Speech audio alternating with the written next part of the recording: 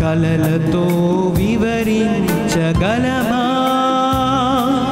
నీ మహోన్నతమైన ప్రేమ కలములతో రాయగలమా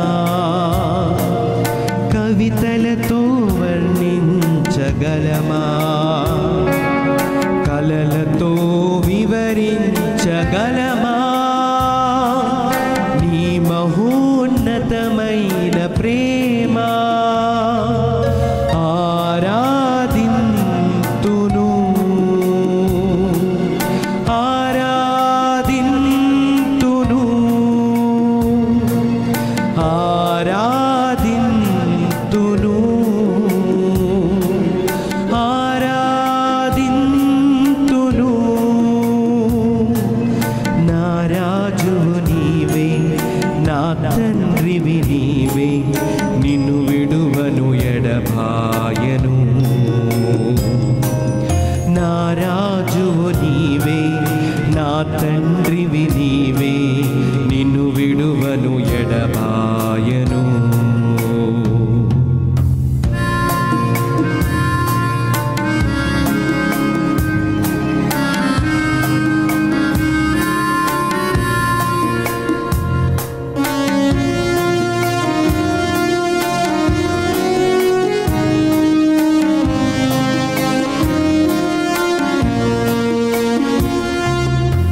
ఆకాశములు నీ మహిమను వివరించుచున్నది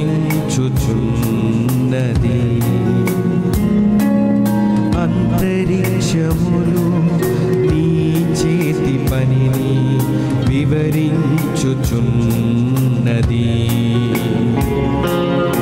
ఆకాశములు నీ మహిమను వివరించుచున్నది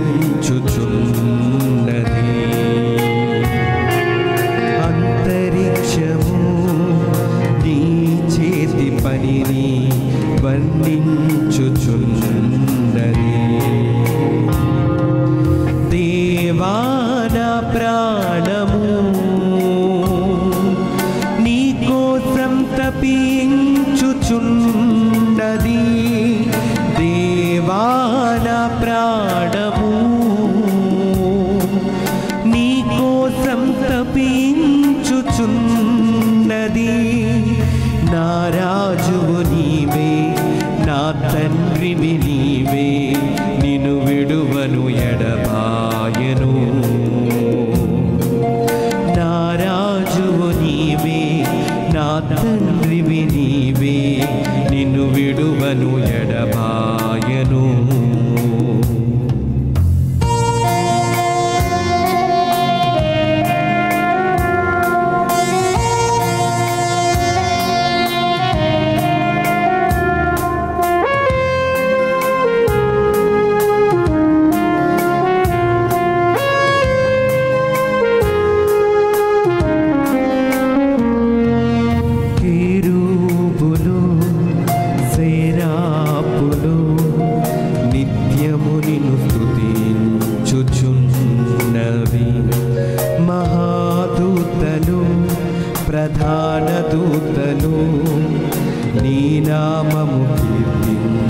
స్తుతించుచున్నవి. కెరూబులు సేరాపులు నిత్యము నిన్ను స్తుతించుచున్నవి.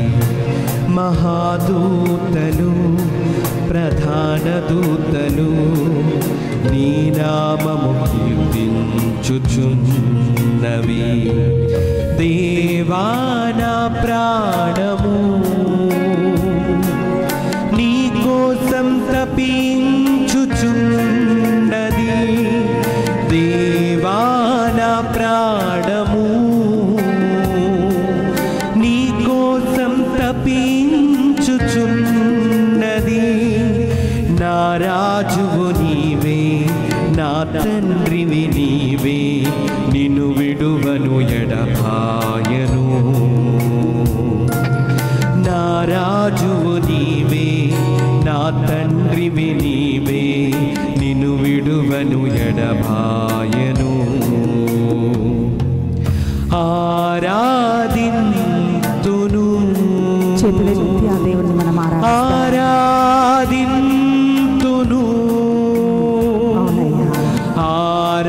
ఆరాధింతును, ఆరాధింతును,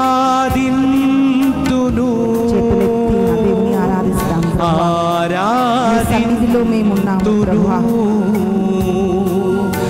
ఆరాధింతును, రెండు చేతులెత్తి ఆరాధింతును, ఆరాధింతును, ఆరాధింతును, ఆరాధింతును.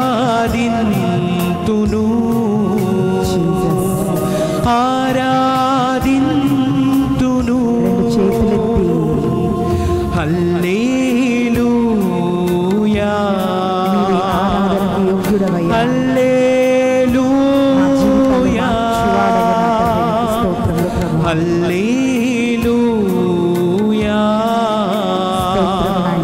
హల్లెలూయా, హల్లెలూయా,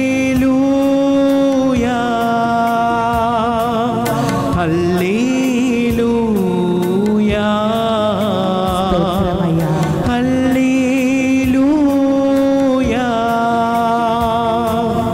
హల్లెలూయా, హల్లెలూయా,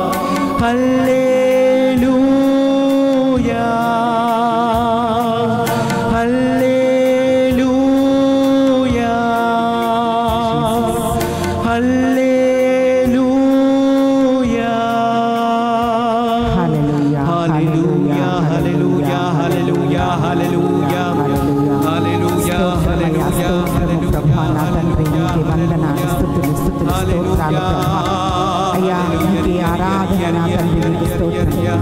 ఈ సన్నిధిలో ప్రభా మేము నిలుచుటకు మీరు భాగ్యం ఇచ్చినందుకు నీకు వందనాలు ప్రభా.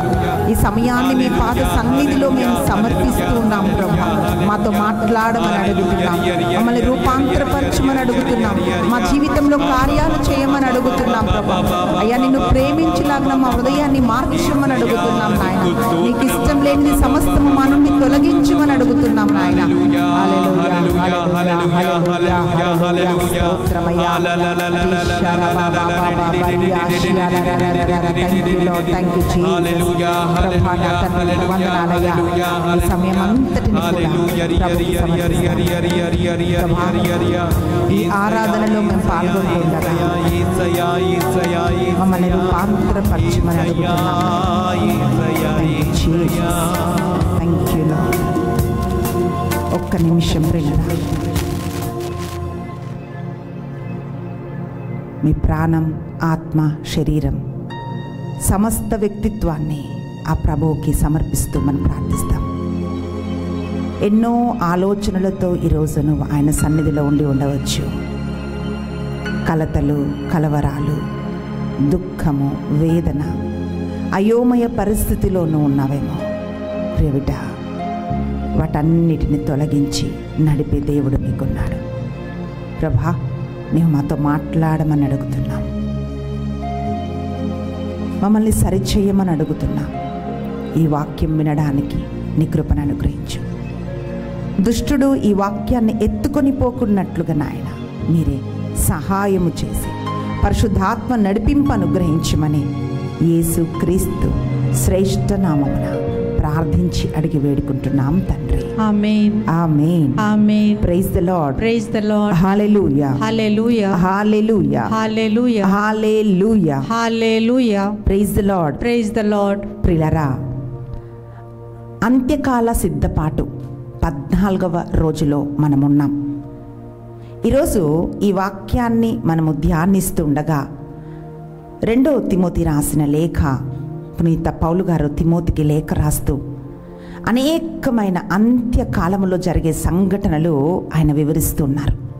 3వ అధ్యాయము 1 నుండి వచనాలు మనము చదువుతున్నాం. ప్రియులారా, వాక్యం ఏం పలుకుతుందంటే అంత్యకాలములో మనుషులు ఎలా ఉంటారు అని 2వ తిమోతికి రాసిన లేఖ 3వ అధ్యాయము 1 నుండి మనం ఒక్కసారి వచనాలు మనం విందాం. 2 తిమోతి రాసిన లేఖ 3వ అధ్యాయము 1 నుండి మనం వచనాలు వింటుంటే ఈరోజు క్రూరులు అనే ఒక అంశాన్ని మనం ధ్యానిస్తున్నాం. 1వ వచనం నుంచి మనం విందామండి. అంత్య దినములలో కష్ట సమయములు వచ్చునని తెలుసుకొనుము. ప్రజలు స్వార్థపరులు ధనాపేక్ష కలవారు గర్విష్ఠులు అహంకారులు అగుదురు. వారు పరులను అవమానింతురు. తల్లిదండ్రులను ధిక్కరింతురు. కృతజ్ఞులు అపవిత్రులగుదురు. వారు కృపారహితులను దయాహీనులను పరులను దూషించువారును క్రూరులను దౌర్జన్యమునర్చువారును. క్రూరులు ఈ పదం ఈరోజు మనం ధ్యానిస్తున్నామండి. పిల్లరా, క్రూరులు అనే ఒక పదం అది మనుషులకు చెందినది కాదండి. క్రూరులు అని మనం ఎవరిని అంటామంటే క్రూర మృగాలు అంటామంటే జంతువులకు సంబంధించిన ఒక పదం ఇది, క్రూరత్వం. అయితే అంత్యకాలంలో మనుషులు ఎలా ఉంటారు అని మనం చూస్తుంటే పిల్లరా, వారు క్రూరత్వముతో నిండి ఉంటారంట. అందుకే అక్కడ క్రూరులు అని రాయబడి ఉంది. అంటే ఎటువంటి సెన్సిటివ్నెస్ లేకుండా, ఎటువంటి సింపతి లేకుండా, అంటే సున్నితత్వం లేకుండా. ఎందుకు సున్నితత్వం ఉండాలండి? మామూలుగా బైబిల్లో మనం చూసినట్లయితే పిల్లరా, పాపాన్ని కుష్టి రోగముతో పోలుస్తారు. ఎందుకు పోలుస్తారంటే ఈ కుష్టి రోగముకున్న ఒక లక్షణం ఏమిటి అని చూస్తే వాళ్ళ శరీరం అంతటిలో ఎక్కడైతే ఈ రోగము వ్యాపించిందో అక్కడ వాళ్ళకి స్పర్శ ఉండదండి, సెన్సిటివిటీ ఉండదు. అది కాలినా గాయమైనా ఏమైనా సరే వాళ్ళకు అది తెలియదు, వాళ్ళకు పెయిన్ తెలియదు, బాధ తెలియదు పిల్లలు. అంటే చర్మములో ఒక స్పర్శ, ఒక సెన్సిటివిటీ వాళ్ళకు ఉండదు పిల్లరా. అంత్యకాలంలో మనుషులు ఎలా అయిపోతున్నారంటే ఒక సామెత చెప్తుంటారండి, నిండా మునిగిన వానికి చలి లేదు అంటారు. అంటే కొద్దిగా చేతులు కానీ కాళ్ళు కానీ తడుపుతుంటే చలేస్తుంది. ఒక్కసారి నీటిలో మునిగి తేలారనుకోండి, ఒక్కసారి రెండోసారి మూడోసారి మునిగి తేలితే ఇంకా ఆ మనిషికి చలి వేయదండి. అందుకే అంటుంటారు నిండా మునిగిన వానికి చలి లేదంటారు. అలాగే పాపములో ఏ వ్యక్తి అయితే మునిగిపోయి ఉంటాడో, మళ్ళీ మనిషి పాపం చేస్తూ ఉంటాడో ఆ సున్నితత్వం కోల్పోతాం. ఒకరోజు ఒక సహోదరి నాతో చెప్తుంది, అక్క నాకు ముందు ఏదైనా తప్పు చేస్తే ఒక అపరాధ భావం ఉండేది, అంటే ఒక గిల్టీనెస్ ఉండేది.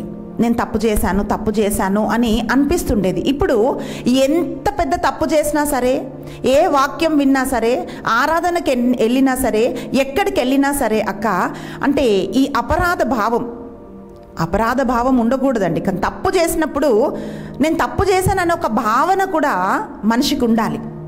అయితే మనం ఏం చూస్తున్నామంటే పిల్లరా, తప్పు చేశానని కూడా నాకు అనిపించట్లేదు అని ఆ సహోదరి చెప్తుంది. అంటే ఏంటండి, మనసు మొద్దుబారిపోయింది. పాపము చేసి చేసి చేసి పాపానికి మనుషులు అలవాటు పడిపోయినప్పుడు క్రూరత్వం ఆ మనిషిలో వస్తుంది. అంటే కరుణ అనేది వాళ్ళకు ఉండదు ప్రియులారా. అందుకే వాక్యం ఏం పలుకుతుందంటే, క్రూరులు అనే ఈ పదము మనిషికి కాదు మనం ఉపయోగించాల్సింది, అది జంతువులకు ఉపయోగించే ఒక పదం అండి. ప్రియులారా, మనము వాక్యంలో మనం చూసినట్లయితే మామూలుగా మనుషులు ఎలా ఒకటొకటిగా దిగజారిపోతున్నారో మనము వాక్యం నుండి మనం ఈరోజు అర్థం చేసుకోబోతున్నాం. మనుషులు శపిస్తూ ఉంటారు. కోపం వచ్చిందనుకోండి, దూరం నుండి శపిస్తారు. అంటే వాళ్ళని మనం ఏం చేయలేనప్పుడు, లేకపోతే వాళ్ళంటే మనకు ద్వేషం కలిగినప్పుడు, ఇవన్నీ చేసినప్పుడు ఏం చేస్తామంటే వాళ్ళని శపిస్తూ ఉంటారన్నమాట. అంటే వాళ్ళు నాశనం అయిపోని, అలా అవని, ఇలా అవని అని చెప్పి మనుషులని శపిస్తారు. ఎప్పుడు? ఇది దూరం నుండి. రెండోదిగా, అవకాశం వస్తే మనుషులని దుర్వినియోగం పరుస్తారు, అంటే అబ్యూస్ చేస్తారు. అది మాటల ద్వారా కానీ, చేతల ద్వారా కానీ, అది ఇమోషనల్గా కానీ, సెక్షువల్గా కానీ, ఏదో ఒక రకంగా కానీ ఏం చేస్తారంటే దుర్వినియోగం చేస్తారు. అవకాశం దొరికితే దుర్వినియోగం చేస్తారు. మొదటిది ఏంటండి? దూరం నుండి శపించటం. రెండోది ఏంటంటే వాళ్ళు బలహీనులైనప్పుడు, వాళ్ళు ఎదురు తిరగలేనప్పుడు, వాళ్ళు ఏం చేయలేనప్పుడు వాళ్ళని దుర్వినియోగపరుస్తారు. ఇంకా కొంచెం లోతుకెళ్తే పిల్లరా, దాడి చేస్తారు. దాడి అంటే సడన్గా అన్నమాట. వాళ్ళు దాడి చేశారు అని అంటే ఏంటి? ఊహించని పరిస్థితిలో దాడి చేస్తారు. అంటే మనుషులు ఎలా ఒక్కటొక్కటిగా లోతులోకి, పాపంలోకి దిగుతున్నారో మనం చూస్తున్నాం. మొదటిగా శపిస్తారు, రెండవదిగా అవకాశం దొరికితే దుర్వినియోగం చేస్తారు, మూడవదిగా ఊహించని సమయంలో వాళ్ళు దాడి చేస్తారు. దాడి చేసి ఇంకా మనుషులు చేసేది ఏంటంటే నష్టపరుస్తారు. అది ఏ నష్టమైనా కానివ్వండి, నష్టం చేస్తారు. పిల్లరా, చివరిగా ఇంకా లాస్ట్ ఏంటి అంటే హింసాత్మకంగా, అంటే హింసిస్తారన్నమాట. ఇలా ఒక మనిషి ఒక్కటొక్కటిగా క్రూరత్వానికి మనిషి దిగజారిపోతూ ఉంటాడు. ప్రియులారా, అనేకమైన సంఘటనలు మనము బయట చూస్తూ ఉంటున్నప్పుడు అర్థం చేసుకోవాల్సింది ఏమిటి అంటే, యోహాను సువార్త 10వ అధ్యాయము 10వ వచనము మనము చదువుతున్నాం. దాన్ని మనం అర్థం చేసుకోవడానికి యోహాను సువార్త 10వ అధ్యాయము 10వ వచనం. అంటే సైతాను చేసే పని ఏమిటి, దొంగవాడు చేసే పని ఏమిటి అని మనము అర్థం చేసుకున్నప్పుడు ఈ క్రూరత్వం ఎవరిలో ఉంటుందో, ఇలా క్రూరంగా ఎవరు ప్రవర్తిస్తారో మనకు అర్థమవుతుందండి. యోహాను సువార్త 10వ అధ్యాయము 10వ వచనం. దొంగవాడు దొంగిలించుటకు, హత్య చేయుటకు, నాశనము చేయుటకు. దొంగవాడు దొంగతనం చేయటానికి, హత్య చేయటానికి, నాశనం చేయటానికి మాత్రమే వచ్చును. హల్లెలూయా, హల్లెలూయా, హల్లెలూయా, హల్లెలూయా. పిల్లరా, సాతాను చేసే పని ఏమిటి? సాతాను దొంగిలిస్తాడు అని రాయలేదండి. సాతాను హత్య చేస్తాడు అని రాయలేదండి. సాతాను నాశనం చేస్తాడు అని రాయలేదండి. అంటే ఈ డిగ్రీస్ అక్కడ రాయబడింది. అంటే సాతాను వచ్చినప్పుడు ఎలా వస్తాడు, వచ్చిన తర్వాత వాడు ఏమేమి చేసి వాడు పని ముగిస్తాడో అక్కడ రాయబడి ఉంది. సాతాను వచ్చినప్పుడు కేవలము దొంగతనం చేసి దొంగతనంతో అక్కడ ఆపడండి, హత్య చేసి అక్కడ ఆపడండి. వాక్యం ఏమంటుందంటే సాతాను దొంగతనానికి, హత్యకు, నాశనం చేయటానికి మాత్రమే వచ్చును అని మనము చూస్తున్నాం. పిల్లరా, అనేకమైన సంఘటనలు మనము సమాజంలో మనం చూసినట్లయితే ఆ క్రూరత్వాన్ని మనము అర్థం చేసుకుంటున్నాం. అంటే పిల్లరా, ఒక మనిషి పాపము చేత పట్టబడినప్పుడు, లేక ఒక మనిషి సాతాను చేతిలో ఉన్నప్పుడు ఆ మనిషి ఎలా దిగజారిపోతాడు, ఎక్కడెక్కడికి ఆ మనిషి దిగజారిపోతాడో, ఎలా క్రూరత్వంతో ఆ మనిషి నింపబడతాడో వాక్యం మనకు తెలియజేస్తుందండి. లాస్ట్ 1 సంవత్సరం క్రితము, అంటే ఎన్నో సంఘటనలు మనం వింటున్నామండి, కానీ కొన్ని సంఘటనలు ఎప్పుడు మనకి గుర్తుంటాయి. ప్రతిరోజు న్యూస్ పేపర్లో కానీ, వార్తల్లో కానీ రకరకాల సంఘటనలు మనం వింటూ ఉన్నప్పుడు భయం వేస్తుందండి. మనుషుల్ని చూస్తే భయం వేస్తుంది, మన బిడ్డల్ని బయటికి పంపించాలంటే భయం వేస్తుంది, ఒక మనిషిని నమ్మాలంటే భయం వేస్తుంది. ప్రియులారా, నమ్మాల్సింది మనుషులనే, కానీ మనుషులని నమ్మడానికే భయపడేలాంటి పరిస్థితులు మనం బయట చూస్తున్నాం. దీనికి గల కారణం ఏమిటి అంటే, పునీత పౌలు గారు తిమోతికి లేఖ రాస్తూ ఆయన తెలియజేస్తున్నాడు, అంత్యకాలములో మనుషులు క్రూరంగా ఉంటారు అని. మనం ఒక సంఘటన చూసామండి. శ్రద్ధ అనే ఒక అమ్మాయి, అఫ్తాబ్ అనే ఒక అబ్బాయి, వాళ్ళిద్దరు ఇష్టపడ్డారు. వాళ్ళు అనుకున్నారు, ఆ అమ్మాయి అనుకుంది నన్ను ఈ అబ్బాయి ఇష్టపడ్డాడని. పిల్లరా, వాళ్ళిద్దరూ కలిసి సహజీవనం చేశారు 6 నెలలు. నేను న్యూస్ చదవటం లేదండి, పరిస్థితులు మనం అర్థం చేసుకోవటానికి నేను ఈ సంఘటన చెప్తున్నాను. పిల్లరా, నాకంటే ఎక్కువ వార్తలు మీకు తెలుసు, కానీ ఒక క్రూరత్వాన్ని నిజంగా అర్థం చేసుకోవడానికి ఈ సంఘటన నేను మీతో పంచుకుంటున్నాను. చూడండి, ఒక మనిషితో కలిసి ఉండాలంటే మనకి ఇష్టం లేకపోతే మనం వాళ్ళతో కంఫర్టబుల్గా ఉండలేము. ఈ మనిషి నాకు నచ్చలేదు అంటే 1 గంట 2 గంటలు 3 గంటలు, ఆ తర్వాత ఇంకా ఆ మనిషితో మనం ఉండడానికి ఇష్టపడం, ఏదో ఒకటి చెప్పి అక్కడి నుంచి మనం ఎస్కేప్ అయిపోతాం. పిల్లరా, కానీ వీళ్ళు ఇద్దరు కలిసి సహజీవనం చేశారంట 6 నెలలు. మరి ఇంకా పెళ్లి చేసుకోమని ఈమె ఒత్తిడి చేసిందా, వాళ్ళ మధ్యలో ఏం జరిగిందా, న్యూస్లో ఏది విన్నా లోపల ఏం జరిగిందో అది వాళ్ళకు మాత్రమే తెలుసండి. కానీ వార్తల్లో మనం ఏం చూస్తున్నామంటే పిల్లరా, ఈ అమ్మాయిని ఆ అబ్బాయి చంపేసి ఆమె శరీరాన్ని 35 భాగాలుగా విభజించాడు. అంటే ఒక పశువుని కోసినట్లు, ఒక మేకను కోసినట్టు, ఒక కోడిని కోసినట్టు ఒక మనిషి ముక్కలు ముక్కలుగా కోసేశాడు. అంటే ఎంత క్రూరత్వం అండి. ఎవరికైనా చేతికి ఒక గాయమై రక్తం గారుతుంటే మనం పరిగెట్టి వెళ్తాం.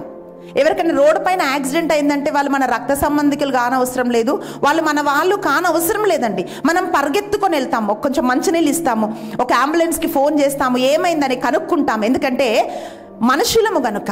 మనుషులు అన్నప్పుడు మానవత్వం ఉంటుంది, అంటే నాలాంటి తోటి మనిషి అనే ఒక ఆలోచన ఉంటుంది గనక. కానీ ఈ వ్యక్తిని మనం చూస్తే పిల్లరా, ఆ అమ్మాయిని 35 భాగాలుగా కోసి 8 రోజులు ఫ్రిడ్జ్లో పెట్టాడండి. కూరగాయలు పెట్టినట్టు, ఏదో స్వీట్స్ పెట్టినట్టు. అది ఓపెన్ చేస్తుంటున్నప్పుడు మన పక్క వాళ్ళు ఎవరైనా చనిపోయారని తెలిస్తే వాళ్ళంటే మనకి ఇష్టం ఉంటే, లేకపోతే వాళ్ళని మనం ప్రేమిస్తే మనకు కొద్ది రోజులుగా మనము కోలుకోలేము. అంటే అయ్యో ఆ వ్యక్తి నిన్నటి వరకు కనిపించాడు కదా, ఈరోజు కనిపించట్లేదే, ఈరోజు కనుమరుగైపోయారేనే అని అనిపిస్తుంది.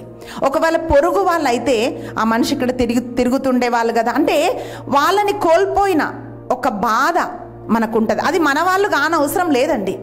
ఎవరైనా సరే అయ్యో పాపము కదా అని ఒక ఆలోచన, ఒక దయ, ఒక కరుణ, సింపతి, కనీసం వాళ్ళు మన వాళ్ళు కాకపోయినా అలాంటిది ఉంటుందండి. కానీ మనం ఏం చూస్తున్నామంటే ఆ న్యూస్లో పిల్లరా, భయం వేస్తుంది ఇది వింటుంటే.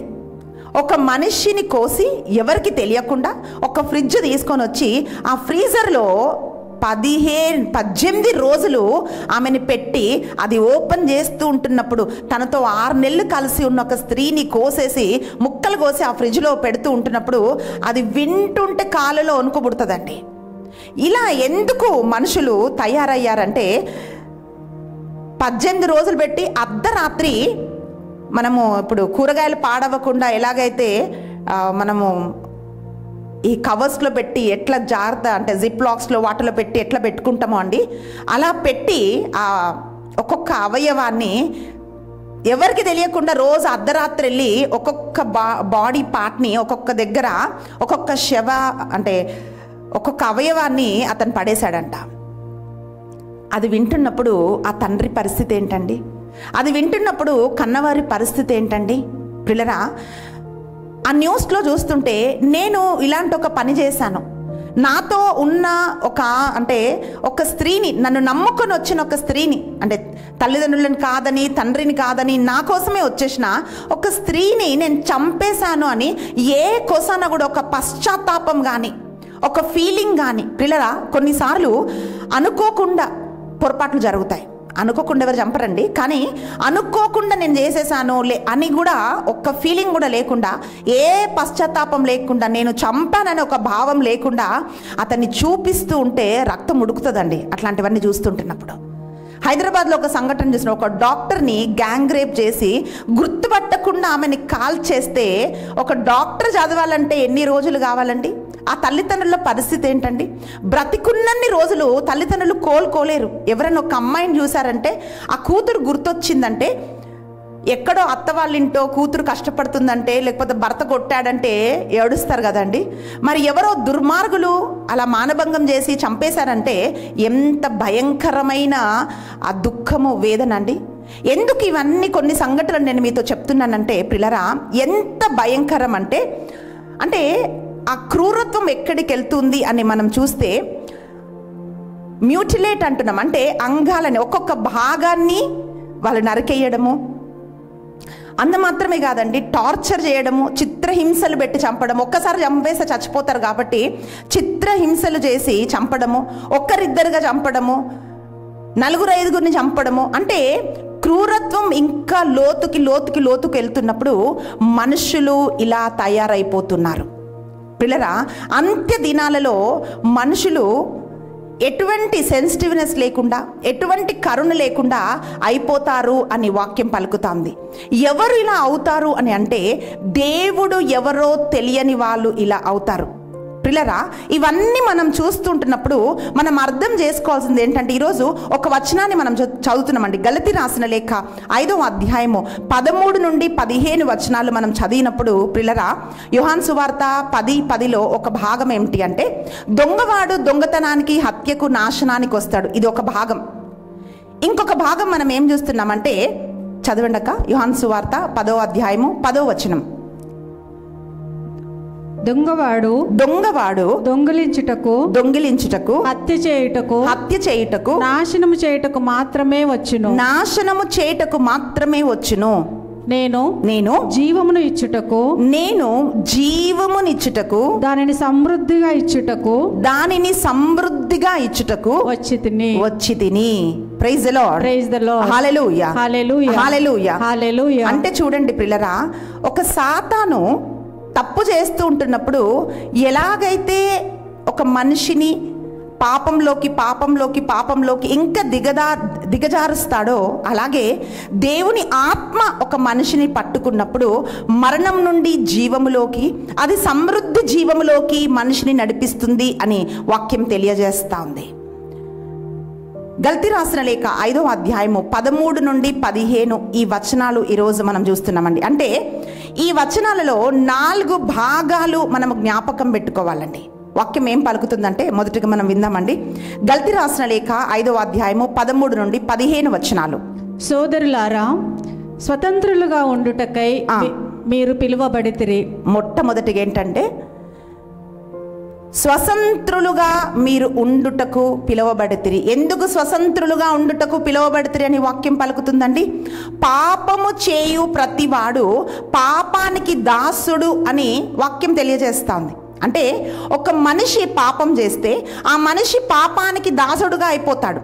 కానీ దేవుడు ఏమంటున్నాడంటే, నేను ఎందుకు మిమ్మల్ని పిలిచాను, నేను ఎందుకు నా రక్తం కార్చి మిమ్మల్ని రక్షించాను అంటే, పాపానికి మీరు బానిసలుగా అవ్వకుండా ఆ బానిసత్వం నుంచి మీరు స్వతంత్రులుగా మారి నన్ను ప్రేమించటానికి, నన్ను ఆరాధించటానికి మీరు పిలువబడ్డారు అనే వాక్యం తెలియజేస్తుంది. ప్రియబిడ్డ, మొట్టమొదటిగా ఈ వాక్యం వింటుంటే, నీవు దాసుడువా స్వతంత్రుడువా, దాసురాలువా స్వతంత్రత పొందుకున్న ఒక స్త్రీవా అని ఆలోచన చెయ్యాలి పిల్లరా. ఇంకా నువ్వు పాపంలోనే ఉంటే, ఈరోజు ఆ ప్రభు నీ కోసం రక్తం కార్చాడు. ఆయన నిన్ను విడిపించడానికి సిద్ధంగా ఉన్నాడు కనుక, ప్రభువా నీ రక్తంతో నన్ను కడుగయ్యా, నా పాపాలు నీ సన్నిధిలో నేను ఒప్పుకుంటున్నానయ్యా అని నోటితో ఒప్పుకొని హృదయంలో నువ్వు విశ్వసిస్తే, ఇప్పుడే ఈ క్షణమే ప్రభు నీ పాపాలన్నిటినీ కడిగివేసి నీకు రక్షణను ఆయన అనుగ్రహిస్తాడు. ఈ వచనంలో మొట్టమొదటిగా మనం ఏం చూస్తున్నామంటే, మీరు స్వతంత్రులుగా ఉండుటకు మీరు పిలువబడితిరి అనే వాక్యం తెలియజేస్తా ఉంది.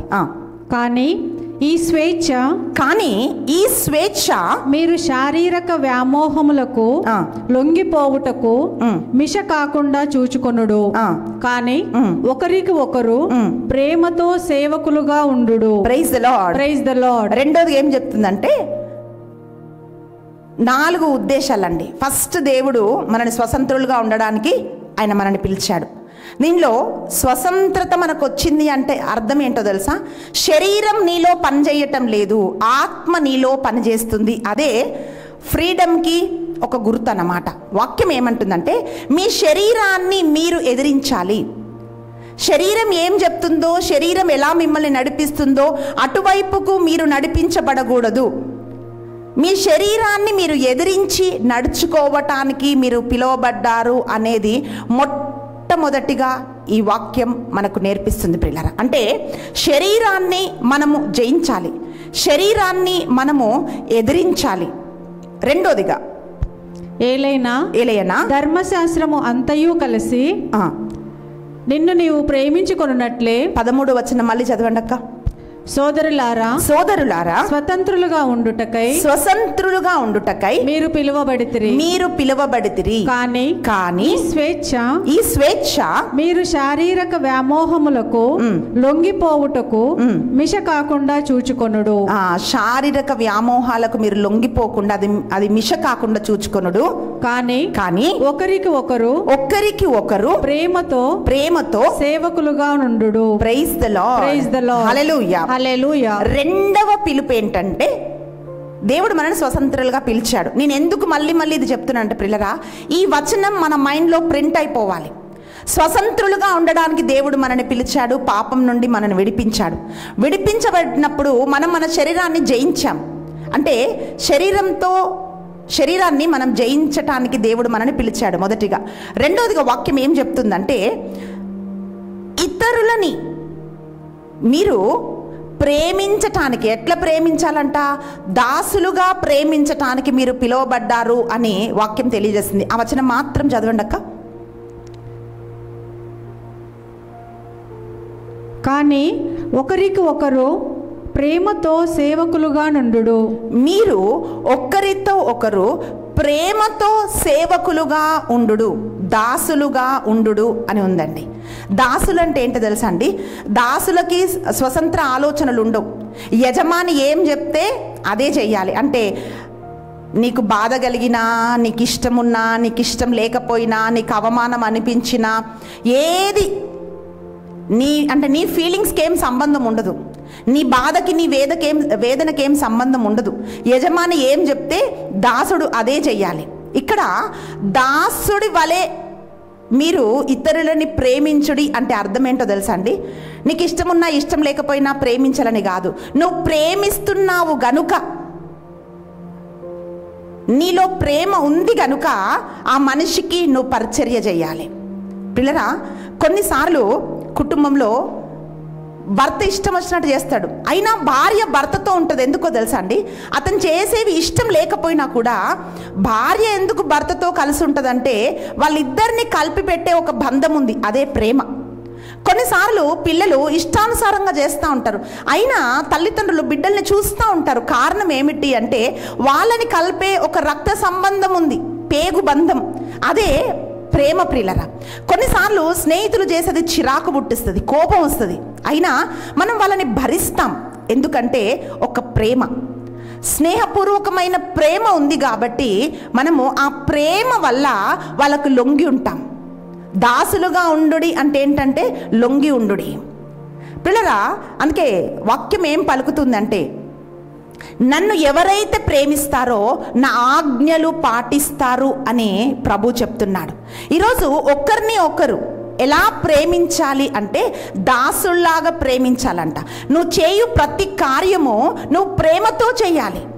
ప్రియబిడ్డ, వాక్యం ఏం తెలియజేస్తుందంటే నీవు దేవుణ్ణి ఆరాధిస్తేనే ఆ ప్రేమ నీ హృదయంలో ఉంటుంది, నీ మాటల్లో ఉంటుంది, నీ చేష్టల్లో ఉంటుంది. నువ్వు చేసే ప్రతి పనిలో ప్రేమ కనిపిస్తుంది. ప్రియబిడ్డ, చూడండి, ఎంతమంది వంట చేసినా సరే మనం ఏమంటామంటే మా అమ్మ ఈ కూర చాలా బాగా చేసేది. ఇప్పుడు చాలా చోట్లకి మేము ప్రోగ్రామ్స్కి వెళ్తూ ఉంటాం కదండి, చాలా చోట్ల మేము తింటూ ఉంటాం. కానీ ఎవరైనా ఒక కాకరకాయ కూర చేస్తే నాకు మా అమ్మ చాలా బాగా చేస్తుంది అని నేను అంటూ ఉంటాను. దానికి అర్థం ఏంటో తెలుసా అండి? అమ్మ ఏదో చెఫ్ కాదు, అమ్మ ఇంకేదో చెయ్యదు, కానీ అమ్మ వంట చేస్తున్నప్పుడు ఆ వంట ప్రేమతో వండుతుంది. ఏం వేయకుండా చేసినా సరే అది అమ్మ ప్రేమతో పెడుతుంది. కాబట్టి మా అమ్మ చక్కగా భోజనం అంటే చక్కగా వంట చేస్తుంది అని మనం అంటాం. ఎందుకంటే ఆమె చేసే పనిలో ప్రేమ ఉంది, ప్రేమతో పెడుతుంది ఆమె. అందుకే ఏది పెట్టినా అది రుచి ఉంటుంది. పిల్లరా, ఈరోజు దేవుని వాక్యం ఏం పలుకుతుందో తెలుసా? ఒక చిన్న ఉదాహరణ మీకు చెప్తున్నాను. మీరు చేసే ప్రతి పనిలో ప్రేమ ఉండాలి. ఒకరిని ఒకరు మీరు ప్రేమించుకొని దాసులులాగా మీరు లొంగి ఉండాలి అని వాక్యం తెలియజేస్తోంది. మూడవదిగా మనం ఏం చూస్తున్నామంటే, గలతీ రాసిన లేఖ 5వ అధ్యాయము 13 నుండి 15 వచనాల్లో మనం చదువుతుంటే, మొదటగా మీరు స్వతంత్రులుగా ఉండడానికి పిలువబడ్డారు. అంటే అందరినీ దేవుడు అందరికీ స్వతంత్రత ఇచ్చాడు ఆయన మరణము ద్వారా, ఆయన చిందిన రక్తము ద్వారా. దాంట్లో పిల్లరా, మీ శరీరాన్ని మీరు ఎదిరించేదే మొదటిగా స్వతంత్రులైన వాళ్ళు చేసే పని. రెండవదిగా వాళ్ళు చేసే పని ఏంటి అంటే ఇతరులని దాసుల వలె ప్రేమించటం. మూడవదిగా మనం ఏం చూస్తున్నామంటే, ఎవరైతే పరులకు ఈ ప్రేమను చూపిస్తారో వాళ్ళు ధర్మశాస్త్రం అంతను నెరవేరుస్తున్నట్టే అని వాక్యం పలుకుతోంది. ఎందుకంటే ధర్మశాస్త్ర సారం అంతయు, బైబిల్ సారం అంతయు ఒక్క మాటలో బైబిల్ చెప్పాలంటే ప్రేమ. ఒకే మాట, ప్రేమ. పిల్లరా, ఏ వ్యక్తి అయితే ఇతరులని ప్రేమిస్తాడో ఆ వ్యక్తి ధర్మశాస్త్రం అంతటిని కూడా పరిపూర్తి చేస్తున్నాడు అని మనము చూస్తున్నాం. మొదటి ఆజ్ఞ ఏమిటి అంటే, నీ పూర్ణ హృదయముతో, నీ పూర్ణ ఆత్మతో, నీ పూర్ణ శక్తితో, నీ బలం అంతటిలో నీ దేవుణ్ణి నువ్వు ప్రేమించాలి. ఇది మొదటి ఆజ్ఞ. రెండో ఆజ్ఞ ఏంటంటే, నిన్ను వలె నీ పొరుగువాన్ని ప్రేమించాలి. ప్రియబిడ్డ, నిన్ను వల్ల నీ పొరుగువాని నువ్వు ప్రేమిస్తున్నావు అని అంటే ఆయన ప్రేమని నువ్వు నమ్మి, ఆయన రక్తాన్ని నువ్వు ఎప్పుడైతే ఎస్ నా దేవుడు నా కోసం చనిపోయాడు అని నువ్వు అంటున్నావో, ఈ విషయాలను చేసినప్పుడు పిల్లరా ధర్మశాస్త్రం అంతటిని కూడా మనం నెరవేరుస్తున్నాము అని బైబిల్ చెప్తా ఉంది.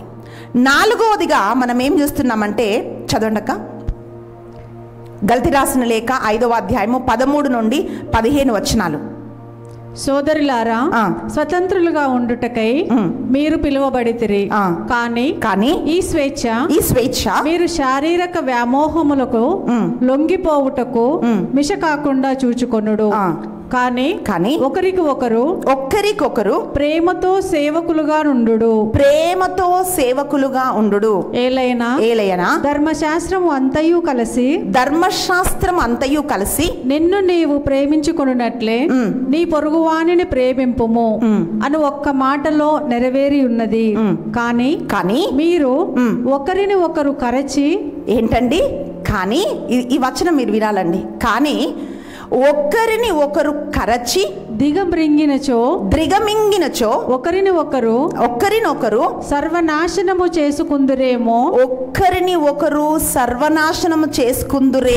జాగ్రత్త సుమా. Praise the Lord. Hallelujah. Hallelujah. గలతీ రాసిన లేఖ 5వ అధ్యాయం 13 నుంచి 15 వచనాలు మనం చదివితే 4 ఉద్దేశాలు మనం చదివామండి.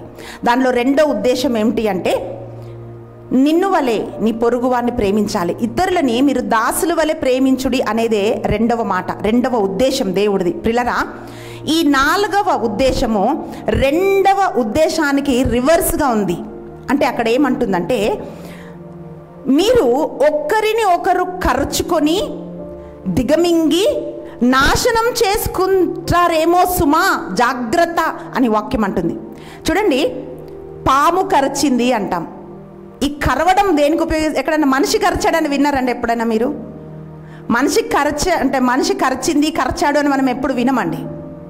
పాము కరిచింది అని మనం వింటాం పిల్లరా. అంటే ఇక్కడ పునీత పౌలు గారు ఏం తెలియజేస్తున్నారంటే పిల్లరా, మనిషి ఎప్పుడైతే ఈ ప్రేమలో నిలిచి ఉండడో, ప్రేమలో నిలిచి లేని వ్యక్తి మృగంలాగా మారిపోతాడనమాట.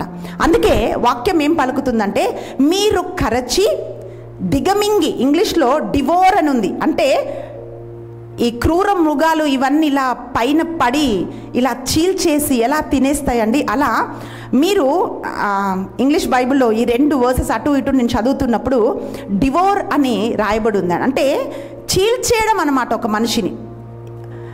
అలా చీల్చేస్తారేమో, దిగమింగేస్తారేమో, అంటే ఉన్న పలానా. ఇప్పుడు చూడండి, కొన్నిసార్లు మనం చూస్తుంటాం ఏంటంటే ఈ ఫైథాన్స్ లేకపోతే కొన్ని క్రూర మృగాలు మనిషిని ఉన్న పలానా మింగేస్తూ ఉంటాయి. ఇలా ఈ క్రూర మృగాలలాగా, అడవి జంతువుల్లాగా మీరు ఇతరులని మింగేస్తారేమో, జాగ్రత్త అని చెప్పి వాక్యంలో మనం చూస్తున్నాం. అంటే ప్రియబిడ్డ, బేసిక్గా అర్థం చేసుకోవాల్సింది ఏంటి అంటే, ఒక మనిషిలో ప్రేమ చల్లారిపోతున్నప్పుడు, ఒక మనిషిలో దేవుడు లేనప్పుడు ఆ మనిషి క్రూరంగా మారిపోతాడంట, జంతువులాగా ఆ మనిషి మారిపోతాడు అని వాక్యంలో మనం చూస్తున్నాం. Praise the Lord, praise the Lord, hallelujah, hallelujah. 1 కొరింథీ రాసిన లేఖ పిల్లరా 15వ అధ్యాయము 30 నుండి 34 వచనాలు మనం చూస్తే వాక్యం ఏమంటుంది అంటే, కానీ మనుష్య రీతిగా ఎఫెసులోని మృగములతో నేను పోరాడి ఉన్నచో నేను పొందిన లాభమేమిటి అని పౌలు గారు తెలుపుతున్నారండి. 33వ వచనం మనం చూస్తే, మోసపోకుడి, దుష్ట సాంగత్యము మంచి నడవడికను నాశనము చేయును, జ్ఞానము కలిగి పాప మార్గము నుండి మరలిపొండు, మీలో కొందరు దేవుని ఎరుగరు, మీరు సిగ్గుపడుటకై ఇట్లు నేను చెప్పుచున్నాను అని పౌలు గారు అంటున్నారండి. అంటే పిల్లలు ఆయన ఏమంటున్నాడంటే, ఎఫెసు సంఘములో మృగములతో నేను పోరాడి తిని, అంటే ఆయన సువార్త చేస్తున్నప్పుడు ఆయన వాళ్ళకి ఏం చెప్తున్నాడంటే, చూడండి, పౌలు గారు అపారమైన జ్ఞానం కలిగిన వ్యక్తి, అభిషేకం కలిగిన వ్యక్తి, స్వయంగా పునరుద్ధాన క్రీస్తును చూసినవాడు. ఆయన సువార్త ప్రకటిస్తుంటున్నప్పుడు ఆయన లేఖలు చదువుతుంటే ఆయనలో ఉన్న శక్తి అర్థమవుతుంది. అంటే ఎంత శక్తితో ఆయన రాశాడు అంటే, ఏం అనుభవించాడో మనకు అర్థమవుతుందండి. అటువంటి ఆయన చెప్పి అంటే ఇప్పుడు చూడండి, కొన్నిసార్లు నేను హైదరాబాద్ నుంచి తెలంగాణ నుంచి వచ్చాను కాబట్టి నేను మాట్లాడుతున్నప్పుడు అక్కడక్కడ కొన్ని తెలంగాణ పదాలు యాస కనిపిస్తుంది.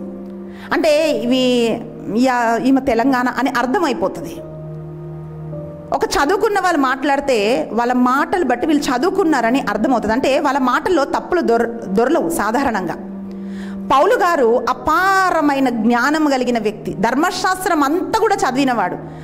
వాక్యాన్ని బోధించి ఎఫెసు సంఘంలో ఆయన ఏమంటున్నాడంటే, ఈ మృగములతో పోరాడి లాభం ఏంటి అని ఆయన అంటున్నాడు. అంటే ఈ జంతువు లాంటి మనుషులతో పోరాడి లాభమేముంది ఆయన అంటున్నాడు. పిల్లరా, ఆ కింద ఒక మాట చెప్తున్నాడు ఆయన, ఇది నేను ఎందుకు చెప్తున్నానంటే, మీలో కొందరు దేవుని ఎరుగరు, మీరు సిగ్గుపడుటకై ఇట్లు నేను చెప్పుచున్నాను అని ఆయన అంటున్నాడు. అంటే మనుషుల్లాగా లేక జంతువులాగా వాళ్ళు ప్రవర్తిస్తుంటున్నప్పుడు అది చూసి విసిగిపోయి దానికి గల కారణం ఏమిటి అని పౌలు గారు అంటున్నాడు. ఆయన అంటున్నాడు, దుష్ట సాంగత్యం మంచి నడవడికను చెరుపుతుంది.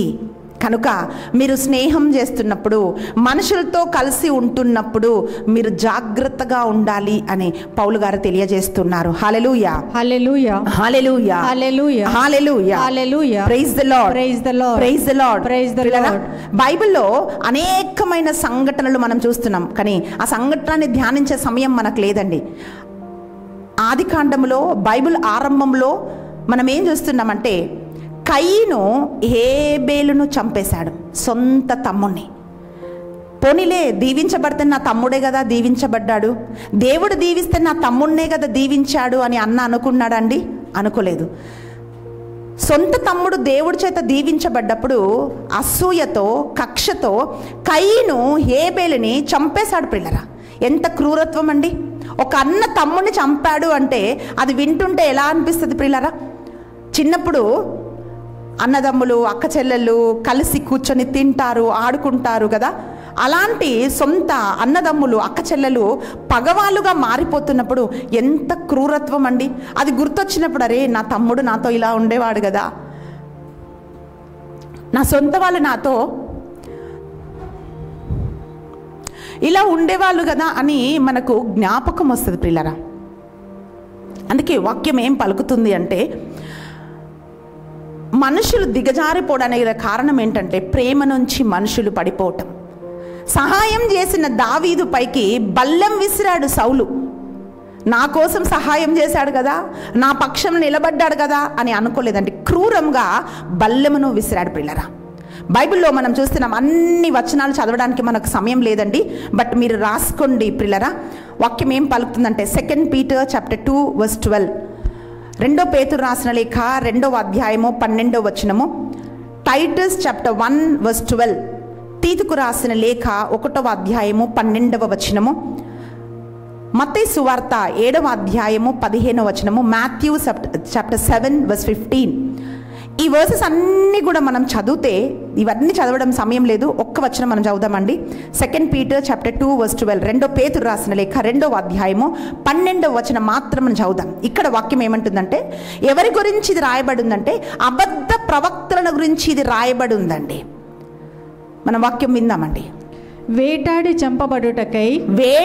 చంపబడుటకై జనించిన అడవి జంతువుల వలె, వేటాడి చంపబడుటకై పుట్టిన అడవి జంతువుల వలె వారు ప్రకృతి సిద్ధమగు పశుబుద్ధితో ప్రవర్తింతురు. Praise the Lord, praise the Lord, hallelujah, hallelujah, hallelujah, hallelujah. వాక్యం ఏం పలుకుతుందంటే, ఈ వచనాలన్నీ మీరు చదివితే అబద్ధ ప్రవక్తలను గురించి రాయబడి ఉందండి. అబద్ధ ప్రవక్తలని ఎందుకు ఇక్కడ రాయబడి ఉందో తెలుసా అండి?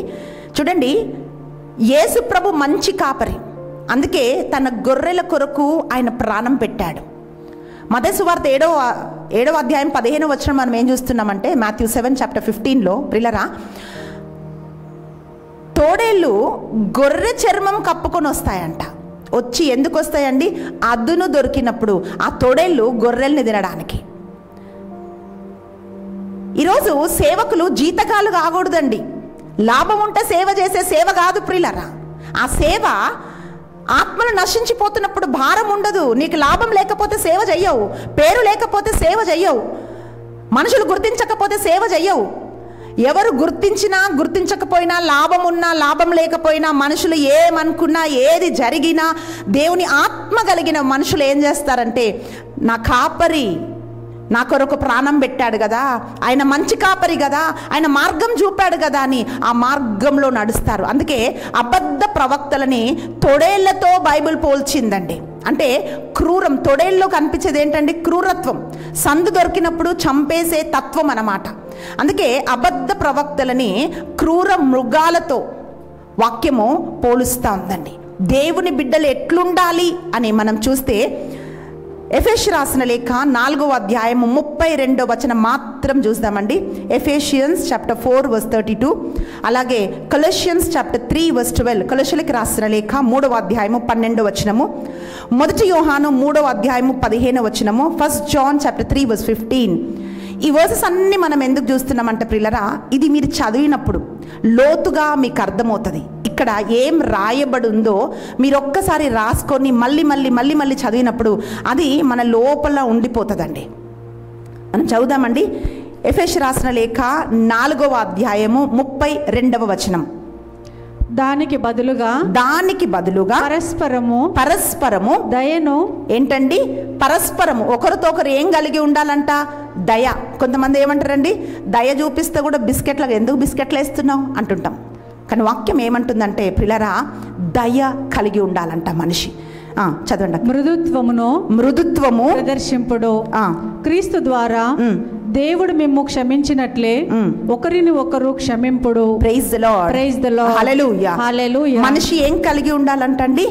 దయ కలిగి ఉండాలంట, మృదుత్వం కలిగి ఉండాలంట. అంటే సెన్సిటివ్నెస్, వేరే వాళ్ళకి ఏమైనా అయితే నీకు బాధ కలగాలి, సెన్సిటివ్నెస్ కలిగి ఉండాలంట. ఎలాగైతే ప్రభు క్షమిస్తున్నాడో క్షమించే హృదయం మనం కలిగి ఉండాలంట. కొలొస్సీ రాసిన లేఖ 3:12లో వాక్యం ఏమంటుందంటే, మీరు కరుణ, దయ, దీనత్వము, మృదుత్వము, ఓర్పు మీరు కలిగి ఉండాలని వాక్యం పలుకుతోంది. నీ సహోదరుని నువ్వు ద్వేషిస్తున్నావంటే నువ్వు హంతకుడే అని 1 యోహాను 3:15లో మనం చూస్తున్నాం ప్రియులరా. ఈ వచనాలన్నీ మనం చూస్తూ ఉంటే ఈరోజు నువ్వు ఇటున్నావా అటున్నావా? యోహాను సువార్త 10:10లో 2 భాగాలు ఉన్నాయి. ఒకటి సాతాను గురించి చెప్పబడుతుంది, ఒకటి దేవుడి గురించి చెప్పబడుతుంది. దొంగవాడు దొంగతనానికి, హత్యకు, నాశనానికి మాత్రం మాత్రమే వస్తాడు. కానీ నీ దేవుడు జీవం ఇవ్వడానికి, అది సమృద్ధిగా ఇవ్వడానికి వస్తాడు. ఈ రెండుటి నీ వచనాన్ని డివైడ్ చేసి చూస్తే నువ్వు ఇటున్నావా అటున్నావా అని ఆలోచించాలి ప్రియ సహోదరి, ప్రియ సహోదరుడా. గల్తీ రాసిన లేఖ 5:13 నుండి 15 వరకు మనం చదివాం కదా.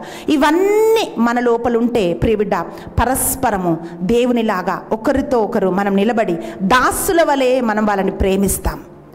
వాళ్ళతో మనం కలిసి ఉంటాం. కుటుంబాలు కట్టబడతాయి, సంఘాలు కట్టబడతాయి. మనుషులు ఎక్కడుంటే వాళ్ళంటే వీళ్ళంటే కుళ్ళు కుతంత్రాలు ఇవన్నీ మన లోపల పనిచేయవు. ఒకరికొకరు తోడ్పడుకొని, ఒకరితో ఒకరు నిలబడి, ఒకరొకరు చెయ్యందుకొని ముందుకెళ్ళే వాళ్ళలాగా మనం మార్చబడతాం. ప్రియులారా, ఈరోజు ఈ ఆరాధనలో ఎక్కడైనా నీకు క్రూరత్వం ఉందా? క్షమించలేని ఒక తనము నీ లోపల ఉందా? నీకెవ్వరికి ఏమైనా, కొంతమంది ఎలా ఉంటుందంటే ఈరోజు యవ్వనస్తులు ఎట్లా మారారంటే, అమ్మ ఏడుస్తుంది, నాన్న ఏడుస్తాడు, ఏం ఫీలింగ్స్ లేవు, క్రూరత్వం. ఒకరోజు ఒక తల్లి వచ్చి చెప్తుంది, అక్క నా బిడ్డ చేసే పనులు చూస్తే నా గుండె పగిలిపోతున్నాయి అక్క, నేను కళ్ళు తిరిగి కింద పడిపోతే కూడా ఆమె రెడీ అయి పార్టీకి వెళ్తుంది అంటుంది. అది వింటే ఎంత బాధ కలుగుతుందండి.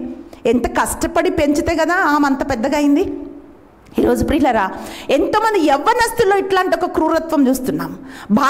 భార్యకేమైనా భర్తకేం సంబంధం లేదు, భర్తకేమైనా భార్యకేం సంబంధం లేదు.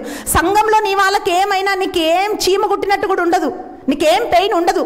అంటే ఏంటో తెలుసా, నీ హృదయం కఠినమైపోయింది, మొద్దుబారిపోయింది నీ మనస్సాక్షి.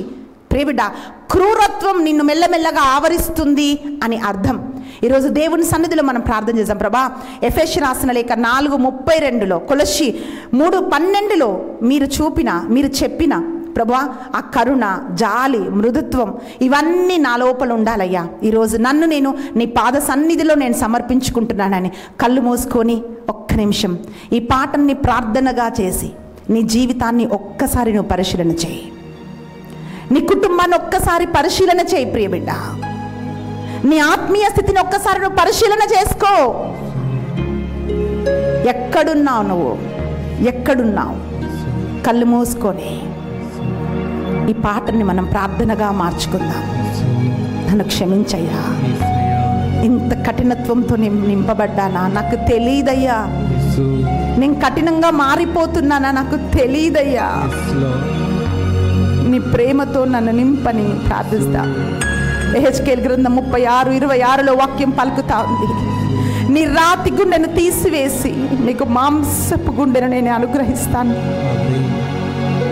నా ఆత్మను నీలో ఉంచి నా ఆజ్ఞలు అనుసరించు వ్యక్తిలాగా నేను మారుస్తానని ప్రభు చెప్తున్నాడు. కఠినత్వం ఆయన సన్నిధిలో నువ్వు విడిచిపెడతావా ప్రియబిడ్డ? మోకరించి చేతులెత్తి ఈరోజు నిన్ను నువ్వు సమర్పించుకుంటూ ప్రార్థించు.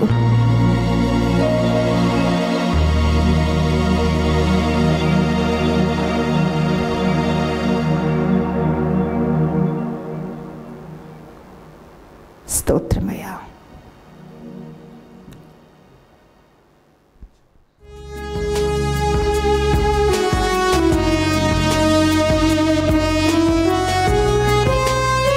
ప్రభు సన్నిధిలో మన హృదయాన్ని మనం పరిశీలన చేసుకున్నాం. క్రూరత్వంతో మనం నింపబడ్డాము. జాలి, దయ, కరుణ లేక ఒక స్థితిలో మనం ఉన్నాము. ఈరోజు అడుగుదాం, ప్రభా నా హృదయాన్ని నీకు సమర్పిస్తున్నాను ప్రభా.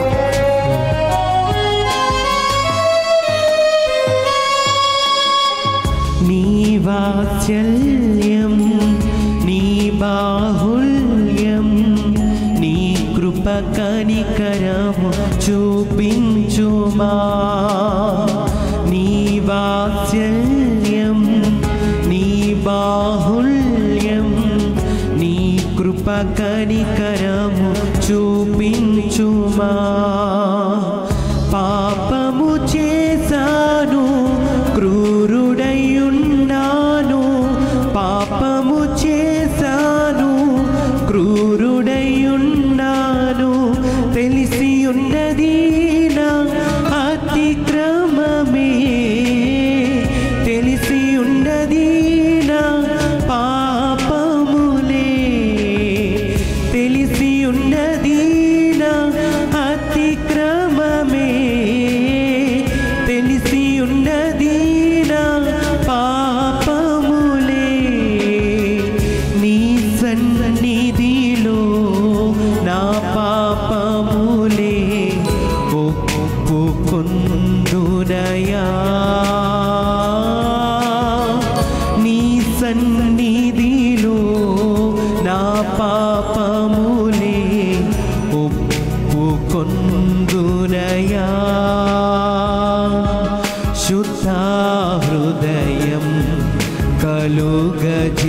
చేయుము శుద్ధ హృదయం కలుగజేయుము నాలోనా నాలోనా నాలోనా నాలోనా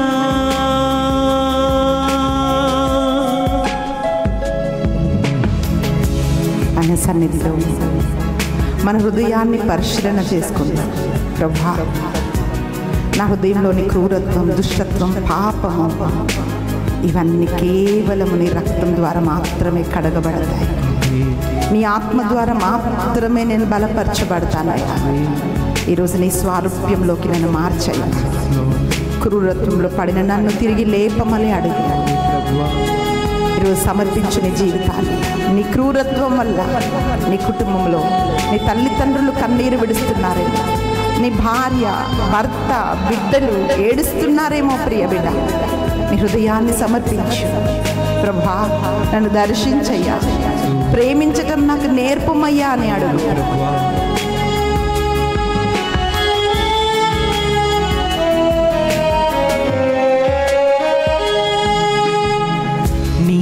జ్ఞానమును నీ సత్యమును నాంతర్యమును పుట్టించుము. నీ జ్ఞానమును నీ సత్యమును నాంతర్యమును పుట్టించుము. క్రూరుడయున్నాను, కృంగిపోయున్నాను, క్రూరుడయున్నాను, కృంగిపోయున్నాను. కలుగజేయుము నా హృదయములో, కలుగజేయుము నా హృదయములో. నీ సన్నిధిలో పరిశుద్ధాత్మతో నన్ను నింపుమయా. నీ సన్నిధిలో పరిశుద్ధాత్మతో నన్ను నింపుమయా. శుద్ధ హృదయం కలుగజేయుము. కన్నిటితో ఆయన సన్నిధిలో ప్రార్థిస్తాము. హృదయం హృదయం మీకు సమర్పిస్తున్నాను ప్రభా. శుద్ధి చేయమయ్యా. నాలోనా నాలోనా నాలోనా శుద్ధ హృదయం కలుగజేయుము. శుద్ధ హృదయం కలుగజేయుము. శుద్ధ హృదయం ప్రార్థించు ప్రియ బిడ్డ. నీ రాతి గుండెను మార్చువాడు ఆయన, ప్రేమతో నిన్ను నింపువాడు ఆయన. రెండు చేతులెత్తి ఆ దేవుని నిన్ను ఆరాధించు. ఆ రోజు దావీదు పాపములో పడిపోయి పాపము చేసి తనను నమ్మిన సైనికుడిని యుద్ధంలో చంపడానికి ఆయన ప్లాన్ చేశాడు, ప్రణాళిక చేశాడు. అప్పుడు పశ్చాత్తాపముతో ప్రార్థిస్తున్నారు దేవుని సన్నిధిలో. అయ్యా, పశ్చాత్తాపపడే మనస్సు నాకు దయచేయమని అడిగాడు. ఈరోజు ప్రియబిడ్డ, నీ హృదయం పాపం వల్ల కఠినమైపోతే ఆ కఠినత్వం నుంచి నీ దేవుడు మాత్రమే ఆయన విడిపించగలిగిన భాగం. రెండు చేతులు ఎత్తి దేవుని సన్నిధిలో ఆయన ఆరాధించు. ఆరాధించు నీ దేవుని. స్తోత్రము నాయన, ఆరాధించు ఆయన. అయ్యా, ఈరోజు నా హృదయం సమర్పిస్తున్నాను ప్రభు. దర్శించమని అడుగుతున్నాను ప్రభు. ఎంతమంది ప్రభా ఈరోజు ఈ ఆరాధనలో పాల్గొంటున్నారు ప్రభు. అయ్యా, ఒక్కొక్కరిని ప్రభు మీరు మార్చమని అడుగుతున్నాము. నీ ప్రేమతో నింపమని అడుగుతున్నాము. ఒక్కసారి జ్ఞాపకం చేసుకోమని అడుగుతున్నాను. మీ మీరే నీ కార్యములు జరిపించమని అడుగుతున్నాను. నీ ఆత్మను కృమ్మరించమని అడుగుతున్నాను. శుద్ధ హృదయము దయచేయమని అడుగుతున్నాం అయ్యా. నూతనమైన హృదయము దయచేయమని అడుగుతున్నాం ప్రభు. హల్లెలూయా, హల్లెలూయా, హల్లెలూయా, హల్లెలూయా, హల్లెలూయా, హల్లెలూయా. నువ్వు ఎక్కడున్నా ప్రియగా రెండు చేతులు ఎత్తి ఒక్కసారి ఆయన అడుగు ప్రభువా. అయ్యా, ఈరోజు నన్ను మార్చయ్యా. నా హృదయాన్ని నీకు సమర్పిస్తున్నాను ప్రభా. ఇంత కఠినత్వం నాలో ఉందని నాకు తెలియదు ప్రభువా. అయ్యా, ఈరోజు ఒక్కసారి నన్ను దర్శించయ్యా, నా జీవితాన్ని మార్చయ్యా అంటూ ప్రార్థించు. Hallelujah, hallelujah. Thank you Lord, thank you Jesus. ప్రభువా, నా తండ్రి నీకు వందనాలు నాయన. ఈ ఆరాధనలో పాల్గొన్న ప్రతి ఒక్క బిడ్డను మీరు దర్శించి మార్చమని, నీ కార్యములు జరిపించమని యేసు క్రీస్తు బలమైన నామమున ప్రార్థించి అడిగి వేడుకుంటున్నాం తండ్రి. ఆమేన్, ఆమేన్, ఆమేన్, ఆమేన్, ఆమేన్. పిల్లరా మొకరించి చేతులు జోడించి సత్ప్రసాదనాథుడైన ఆ ప్రభు ముందు ఒక్క నిమిషం మౌనంగా ప్రార్థించు. ఆయనే నీలోన్న క్రూరత్వాన్ని తీసివేసి ప్రేమతో నింపగలిగిన దేవుడు. ఆయన ప్రేమ స్వరూపి. ఒక్కసారి ఆయన ప్రేమను రుచి చూస్తే ఆ ప్రేమను ఇతరులకు పంచకుండా ఉండలేవు. ఆ క్రూరత్వం ఎందుకో తెలుసా? ఆయన ప్రేమను నీ వ్యక్తిగత జీవితంలో ఇంకా పూర్తిగా నువ్వు అనుభవించలేదు కనుకనే ఈరోజు అడుగు, ప్రభా నీ ప్రేమను నేను రుచి చూడాలయ్యా. రోమా 5:5 ప్రకారం పరిశుద్ధాత్మ ద్వారా నీ ప్రేమను నాలో కృమ్మరించు, కృమ్మరించు ప్రభా.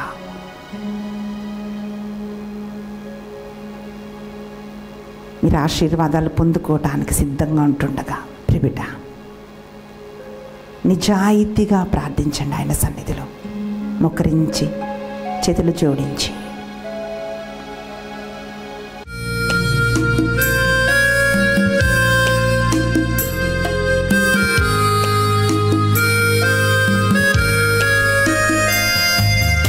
ఎబినేజరే, ఎబినేజరే, ఇంతకాలం కాచితివే. ఎబినేజరే, ఎబినేజరే, నా తోడువై నడచితివే. స్తోత్రం, స్తోత్రం, స్తోత్రం. కను పాపగా కాచితివి. స్తోత్రం, స్తోత్రం, స్తోత్రం, స్తోత్రం. కౌగిలిలో దాచితివి. స్తోత్రం. ఎబినేజరే, ఎబినేజరే, ఇంతకాలం కాచితివి. ఎబినేజరే, ఎబినేజరే, నా తోడువై నడచితివే.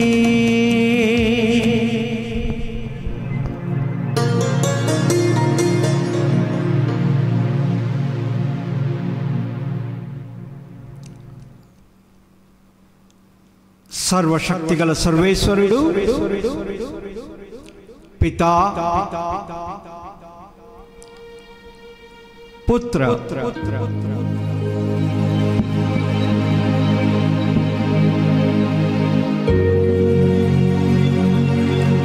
పవిత్రాత్మ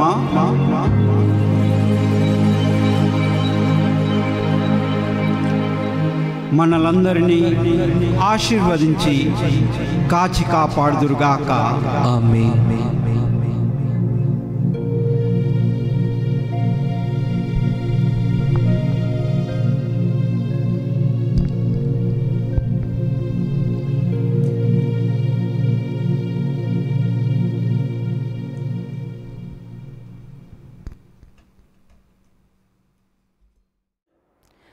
అంత్యకాల సిద్ధపాటు 14వ రోజు ఆరాధనలో మనం అందరం పాల్గొన్నాం ప్రియులారా. ఈ ఆరాధన మీకు ఆశీర్వాదకరంగా ఉన్నట్లయితే ఇది ఇతరులకి మీరు తెలియజేయండి, లైక్ చేయండి, కమెంట్ చేయండి, షేర్ చేయండి. ఎందుకంటే ఏ ఒక్క మాట ఎవరి జీవితాన్ని మారుస్తుందో మనకు తెలియదు. ఎవరు ఏ కన్నీళ్లతో ఉన్నారో మనకు తెలియదు ప్రియులారా. కనుక మనుషుల మాటలో శక్తి లేదండి, కానీ దేవుడి మాటలో శక్తి ఉంది పిల్లరా.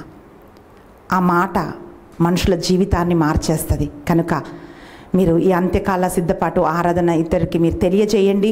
మీరు మా కోసం ప్రార్థించండి. స్పెషల్గా ఎవరైతే ఇంటర్సెసర్స్, విజ్ఞాపనకర్తలు, రోజరీ టీమ్ మెంబర్స్ అందరికీ కూడా ఈ ప్రోగ్రాం కోసం ప్రార్థన చేస్తున్నా మీ అందరికీ కూడా చేతులు జోడించి నేను థ్యాంక్స్ చెప్తున్నాను. దేవుడు మిమ్మల్ని హేరాళంగా మిమ్మల్ని దీవిస్తాడు. ఎందుకంటే మీ ప్రార్థనల వల్ల అనేక మంది మేలులు పొందుకుంటున్నారు. కమెంట్స్ పెట్టిన వాళ్ళందరి కోసం, మీ ప్రేయర్ రిక్వెస్ట్ల కోసము మేము ప్రార్థిస్తున్నామండి. మీరు ఇంకనూ బలంగా మీరు ప్రార్థన చేయండి. Thank you and God bless you.